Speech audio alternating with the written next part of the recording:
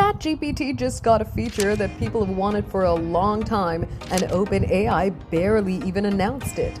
Now, when you upload files to ChatGPT, they don't disappear anymore. Instead, they're saved into a new built-in library that works a lot like an AI-powered Google Drive. Before this update, uploaded documents were basically temporary. Once the chat ended, your files were gone. But now, ChatGPT can permanently store your uploads, including PDFs, spreadsheets, presentations, and even files generated by ChatGPT itself. And that means you can return later and ask questions about old documents without uploading them again.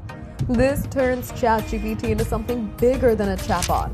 Imagine asking it to find an old recipe, compare resumes, check warranty PDFs, reopen travel plans, or even analyze tax forms from months ago.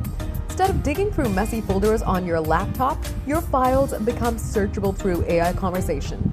And honestly, that could become incredibly useful for everyday life. OpenAI also revealed storage limits for different plans.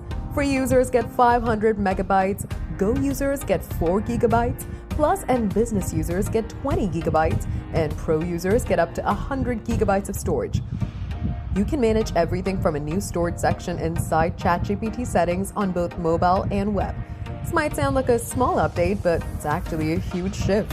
ChatGPT is slowly evolving from a chatbot into a complete AI workspace for your digital life. Subscribe to Gad Insider for more AI updates, tech news, and future-changing features every day.